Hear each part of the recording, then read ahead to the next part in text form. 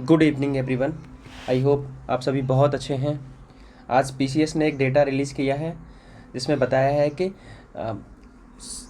1,14,000 form fill किए गए हैं। उसमें से एक सीट पर एवरेज निकाला जाए तो 92 पर कैंडिडेट पर सीट है। माने एक सीट लेने के लिए आपको 92 कैंडिडेट को पीछे छोड़ना पड़ेगा।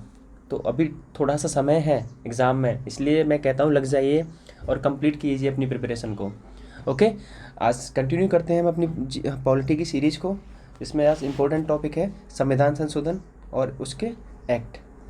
इसको समझने के लिए पहले हम प्रोसीजर समझ लेते हैं कि संविधान में संशोधन कैसे होता है। तो पहला पॉइंट क्या है कि प्रोसीजर क्या है और उसका उल्लेख कौन से अनुच्छेद में है। तो आर्टिकल 368 में क्या है, संविधान संशोधन की प्रक्रिया का उल्लेख। मैंने ये पॉइंट आपको इसलिए मेंशन किया है कि आपको याद करना है। ये देखो स्टेटमेंट कैसे आता है कि संविधान संशोधन की प्रक्रिया का उल्लेख कौन से भारतीय संविधान के अनुच्छेद में है। तो कौन से अनुच्छेद में है? अनुच्छेद 368, आर्टिकल 368। ओके, देखो 3 तरीके से संविधान में संशोधन की प्रक्रिया का उल्लेख है। सबसे पहले साधारण बहुमत से। आज मेजॉरिटी के बारे में भी आपको डाउट सारे क्लियर हो जाएंगे। क्या है? Simple majority.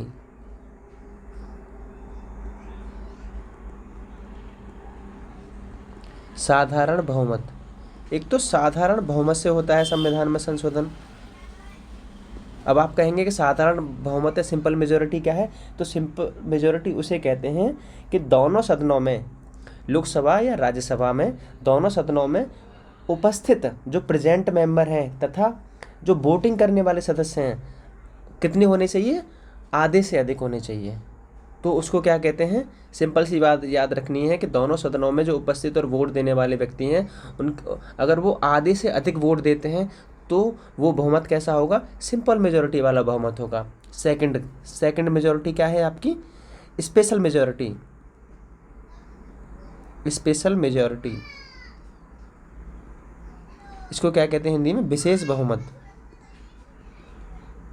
ये विशेष बहुमत, ठीक है। आप इसके बारे में थोड़ा डिफरेंस जान लेंगे तो कॉन्सेप्ट जो है आपका और क्लियर हो जाएगा कि सिंपल मेजॉरिटी किसको कहते हैं, स्पेशल मेजॉरिटी किसको कहते हैं। अब देखो स्पेशल मेजॉरिटी क्या है? स्पेशल मेजॉरिटी उसको कहते हैं जो सदन में, जो पार्लियामेंट में जो टोटल नंबर ऑफ कैंडिडेट हैं वोटिंग देने वाले, ठीक है, और जो प्रेजेंट वाले हैं, उसके मतदान करने वाले जो पूरे सदस्य हैं उसका कम से कम 2/3 सदस्य।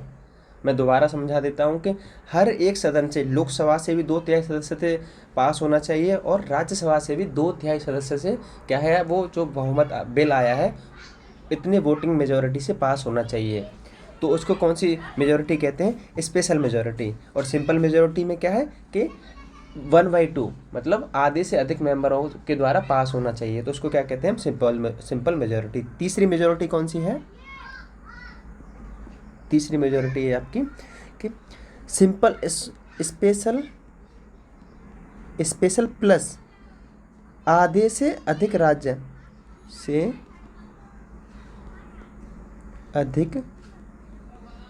राज्यों द्वारा साधारण बहुमत से प्राप्त। ठीक है, पहली मेजॉरिटी क्या होती है? Simple majority. सेकंड क्या होती है? Special majority. तीसरी क्या होती है? स्पेशल। ठीक है, ज़्यादा डीप में जाने की ज़रूरत नहीं है इसके कि स्पेशल में क्या होता है। स्पेशल में और स्पेशल प्लस 1/2 स्टेट के द्वारा और सिंपल मेजॉरिटी में। पर कौन से आर्टिकल में ये प्रोसेस है, ये याद रखना है, आपको रखना ही रखना है केयरफुली, ठीक है, भूल मत जाना। ओके, आगे बढ़ते हैं। एक नोट करके मैं आपको, देखो जितने भी पॉइंट हैं मोस्टली सारे इंपॉर्टेंट हैं, लेकिन मैं जिस पे और ज़्यादा फोकस करके बोलता हूँ उसको आपको याद रखना है कि संविधान संशोधन का जो केस होता है क्या है कि जब संविधान में ही संशोधन हो रहा हो, मैं फिर से रिपीट कर रहा हूँ, वर्ड्स बहुत मैटर करते हैं पॉलिटी में, मैं फर्स्ट लेक्चर से बोलते आ रहा हूँ। जब संविधान में ही संशोधन हो रहा हो, संविधान में ही संशोधन हो रहा हो तब जॉइंट सिटिंग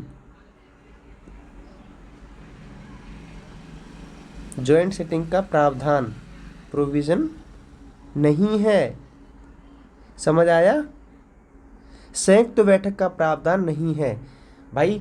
संविधान एक तो क्या है, जब संविधान में ये संशोधन हो रहा हो भाई, पूरा का पूरा जो हमारे फाउंडिंग फादर्स हैं, नेशन जो वोल्ड किया है जिन लोगों ने, उसमें ही हम संशोधन करें, ठीक है। जब उसमें संशोधन होता है तो फिर भाई कैसी आवश्यकता जॉइंट सिटिंग की?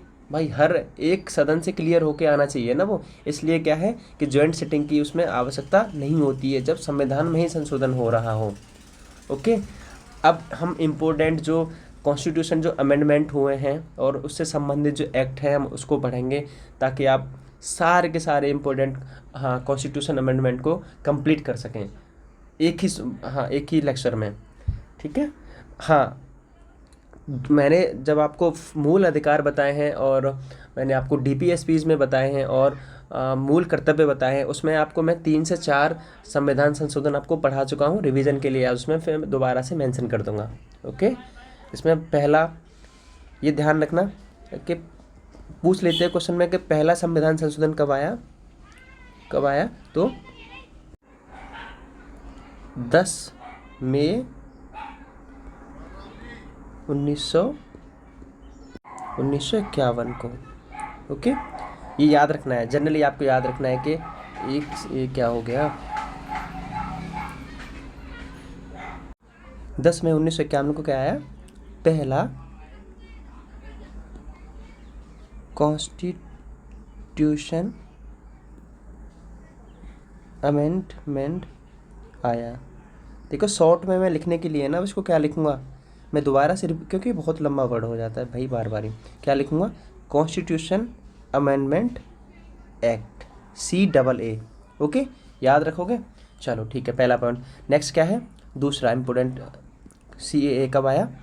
दूसरे की बात करते हैं तो 42 संविधान संशोधन अधिनियम कब आया? 1961।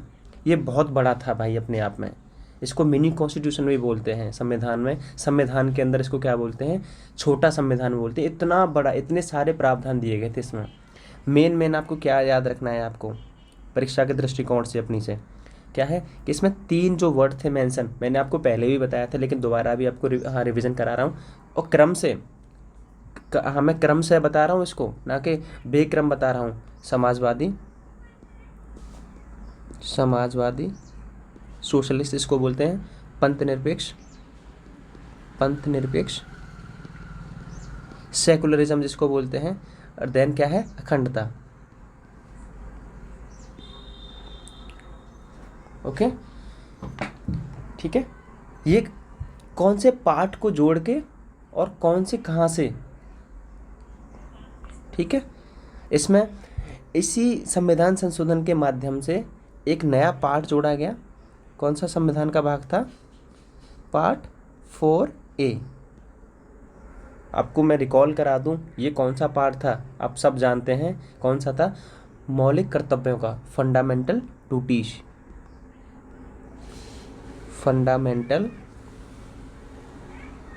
ड्यूटीज माने मूल कर्तव्य, मूल या मौलिक, मूल कर्तव्य। ओके, और कौन सा आर्टिकल ऐड किया गया? पार्ट 4A ऐड किया गया। और कौन सा आर्टिकल ऐड किया गया, अनुच्छेद कौन सा ऐड किया गया? आर्टिकल 51 का को आप इंग्लिश में A भी प्रोनाउंस कर सकते हैं, ठीक है। तीसरा कौन सा है? 48 कॉन्स्टिट्यूशन अमेंडमेंट एक्ट कब आया?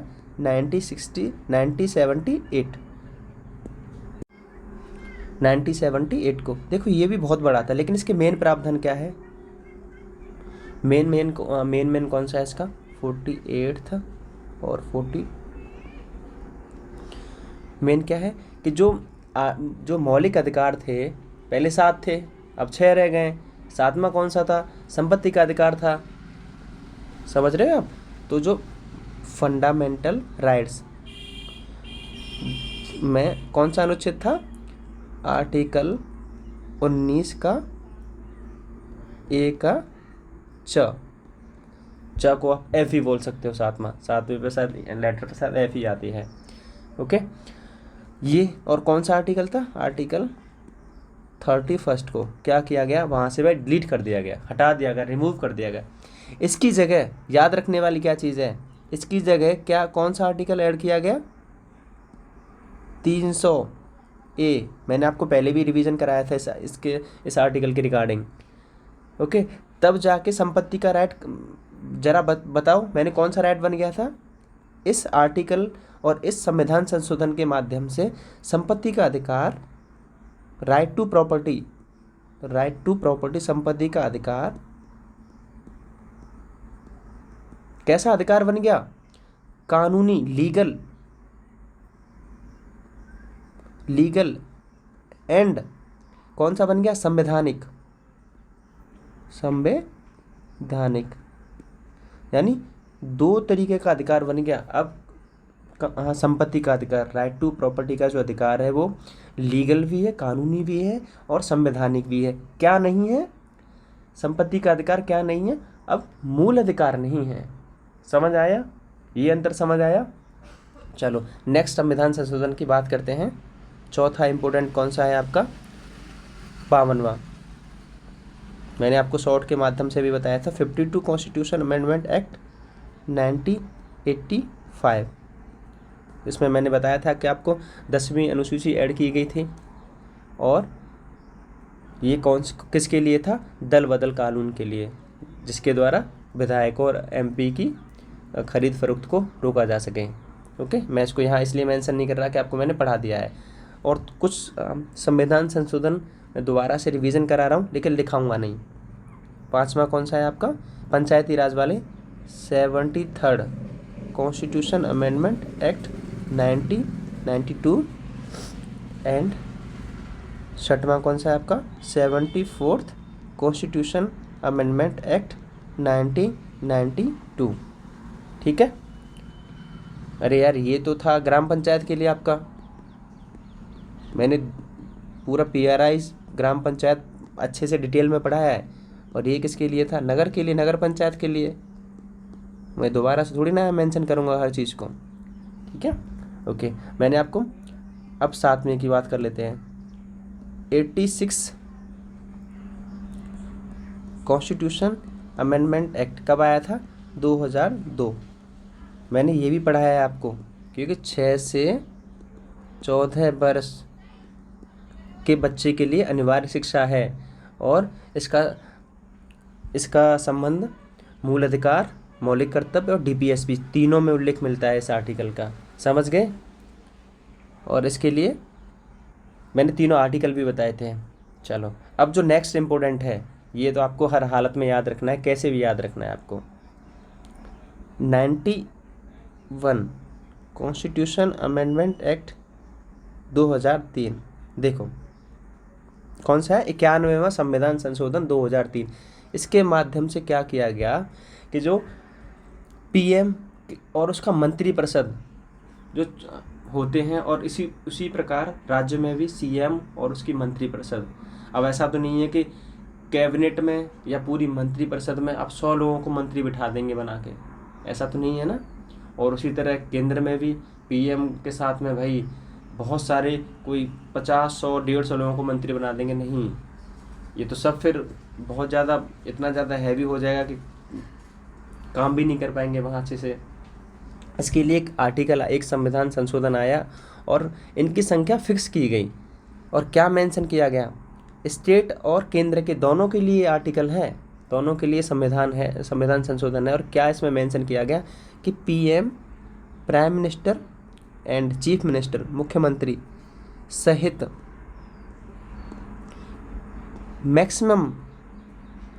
मैक्सिमम संख्या मंत्रिपरिषद की मंत्रिपरिषद की कितनी होगी? 15% से अधिक नहीं होगी, से अधिक नहीं होगी। ओके, लेकिन स्टेट के लिए क्या प्रावधान किया गया है? स्टेट में सीएम प्लस उसके मंत्री 12 सदस्यों से, मैं परसेंट की बात नहीं कर रहा, कितने? 12 मेंबर्स, 12 सदस्यों से कम भी नहीं होगी।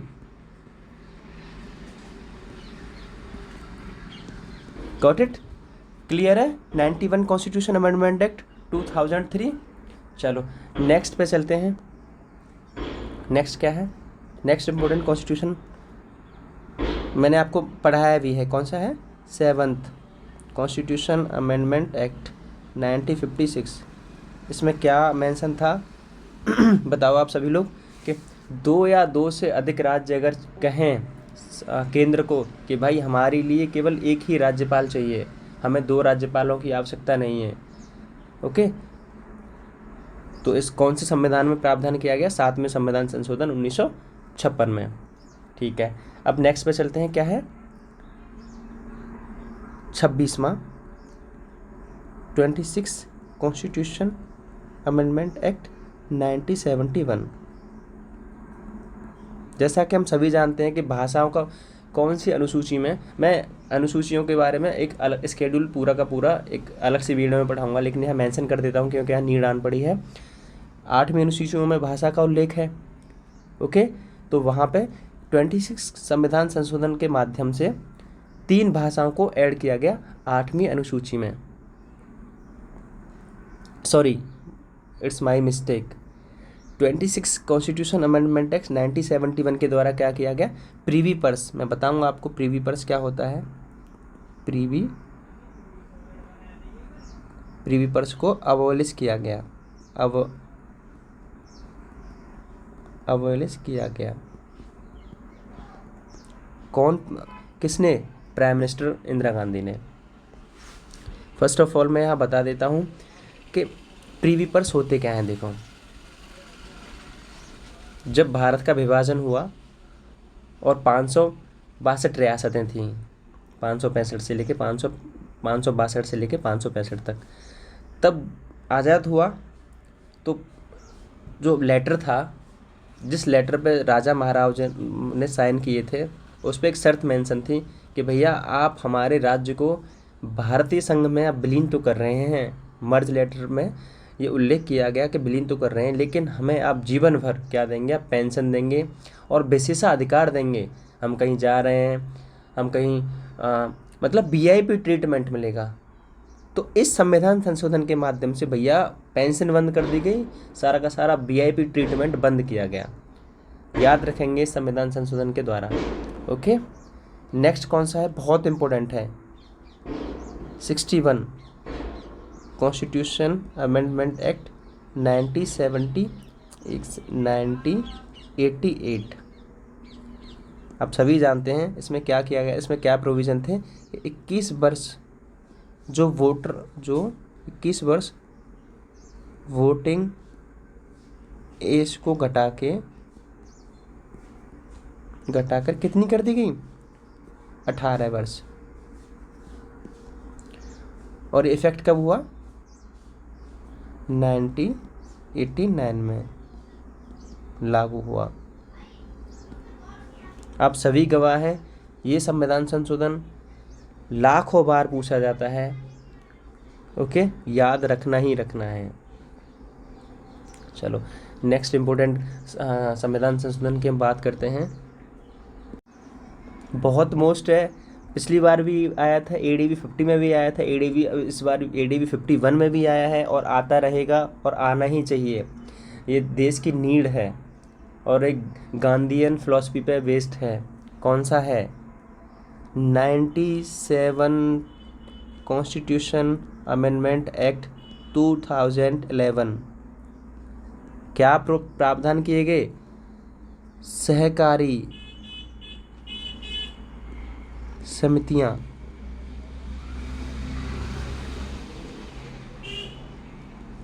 देखो, अब आप कभी आपने एक चीज़ कभी गौर की है कि सहकारी समिति तो हम बना तो लेते हैं, लेकिन इसको संविधान में संविधान में ऐड करने की क्या आवश्यकता आन पड़ी? भाई आन पड़ी है। जो चीज़ अगर कोई भी चीज़ अगर संविधान से कानून बन गई तो भाई उसके पीछे कौन खड़ी होती है? सरकार खड़ी होती है। सरकार फंडिंग करती है, सरकार एक्ट बनाती है, उसके लिए एक पूरा का पूरा मैकेनिज्म तैयार करके खड़ा करती है कि भाई जाओ देश के लोगों और काम करो इस पर। इसलिए प्रॉपर हर चीज़ मेंशन होती है, पूरा डाटा सरकार के पास रहता है, कितनी महिलाएं सदस्य बनेंगी, कितना रिजर्वेशन मिलेगा। क्योंकि जब हम आम सहमति के द्वारा कोई भी सहकारी समितियां बनाते हैं तो उसमें इतने सारे नियम लागू नहीं होते ना। हो सकता है किसी व्यक्ति के हित की अनदेखी हो रही हो। इसलिए क्या है, प्रॉपर सरकार ने सहकारी समितियां एक्ट को संविधान में ऐड किया गया है। और इसके लिए अलग से कौन सा भाग जोड़ा है संविधान में? 9B। अनुच्छेद कौन से आर्टिकल तक है? अनुच्छेद 243 ZH से 243 ZT तक। ये बातें याद रखनी है, आंख बंद करके कर लो या आंख खोल के कर लो। ओके, नेक्स्ट इंपॉर्टेंट पे बात करते हैं। कौन सा है? 71 कॉन्स्टिट्यूशन अमेंडमेंट एक्ट कौन से ईयर में आया? 1992 में। 8वीं अनुसूची में 3 भाषाओं को ऐड किया गया। क्या कौन कौन सी थी? कोंकणी, दूसरी है मणिपुरी, तीसरी थी नेपाली। आप इसका एक्रोनिम भी याद रख सकते हैं नमक नाम से, NMK या नमक से भी इसको इस एक्रोनिम के द्वारा इसको याद रख सकते हैं संविधान संशोधन को। ओके, ठीक है। नेक्स्ट 89 कॉन्स्टिट्यूशन अमेंडमेंट एक्ट कौन से ईयर में आया? मैंने आपको पिछले में भी पढ़ाया जब मैं कॉन्स्टिट्यूशनल बॉडीज़ पढ़ा रहा था। कौन सा था कि जो शेड्यूल ट्राइब और शेड्यूल कास्ट, राष्ट्रीय अनुसूचित जनजाति आयोग और राष्ट्रीय अनुसूचित जाति आयोग को क्या किया गया था? बाइफर्केशन किया गया था। कौन से आर्टिकल के द्वारा? 338 एंड 338B। देखो, इसमें एक और रोचक तथ्य आगे आएगा, लेकिन एक आर्टिकल में पहले करा देता हूँ। कौन सा है? 92 कॉन्स्टिट्यूशन अमेंडमेंट एक्ट 2003। इसके द्वारा क्या हुआ? 8वीं अनुसूची में दोबारा से 4, पहली कितनी थी? 3 थी, दोबारा से कितनी हुई? 4 कौन कौन सी हैं? बोडो, 4 भाषाओं को ऐड किया गया है। बोडो, मैथिली,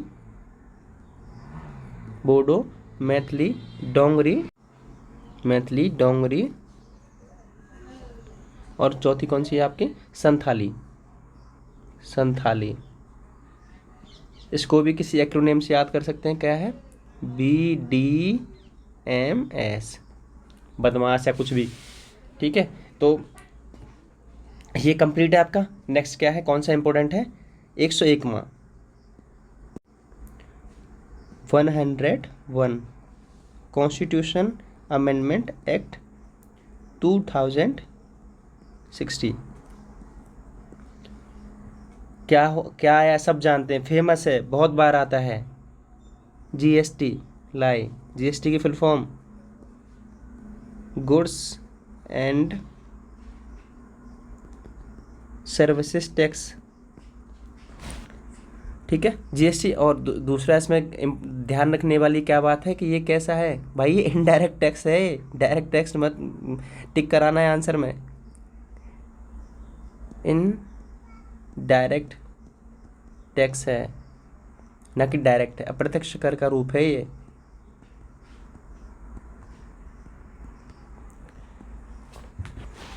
चलो नेक्स्ट 102वां संविधान संशोधन 2018। इसमें क्या प्रावधान थे? OBC को, किसको? अदर बैकवर्ड क्लास कमीशन, राष्ट्रीय पिछड़ा वर्ग आयोग राष्ट्रीय, अरे ओबीसी जो आयोग है, राष्ट्रीय पिछड़ा वर्ग आयोग, इसको क्या किया गया, इसको संवैधानिक दर्जा दिया गया। था तो पहले से किसी ऑर्डर के माध्यम से इसको बनाया गया था, लेकिन इस आर्टिकल के माध्यम से क्या किया गया, इसको अब संवैधानिक बना दिया गया। कौन से आर्टिकल को ऐड किया गया, आर्टिकल 338 ख से संवैधानिक दर्जा प्राप्त हुआ। क्लियर है? चलो नेक्स्ट क्या है, 103 संविधान संशोधन अधिनियम 2019। इससे जो हम आजकल एक रेस चल गई है, इस रेस में मैं भी शामिल था भाई, मैंने भी ईडब्ल्यूएस बनवाया था।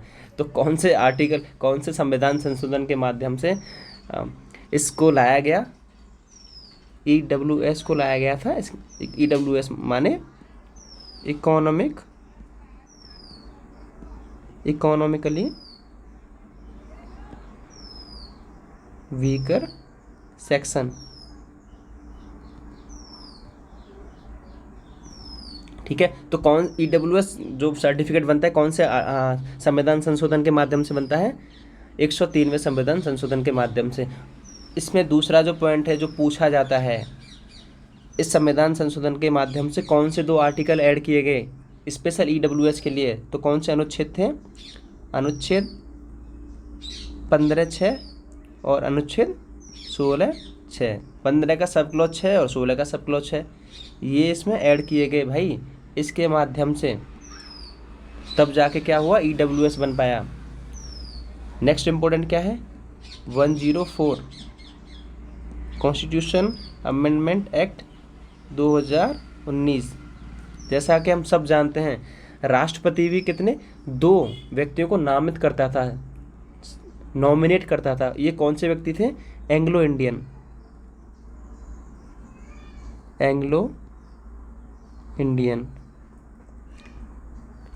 ठीक है। 2 प्रेसिडेंट क्या करता था, इनको नामित करता था 2 व्यक्तियों को। अब क्या है अब क्या है, आर्टिकल 334 में इनका प्रावधान था, इसमें से ये डिलीट किया गया है। इसका डिलीट किया करने का मतलब क्या है कि अब राष्ट्रपति 2 एंग्लो इंडियन जो एमपीज थे, अब उनको क्या करेगा, नामित नहीं कर सकेगा, अब ये संसद में नहीं आ सकते हैं। ओके।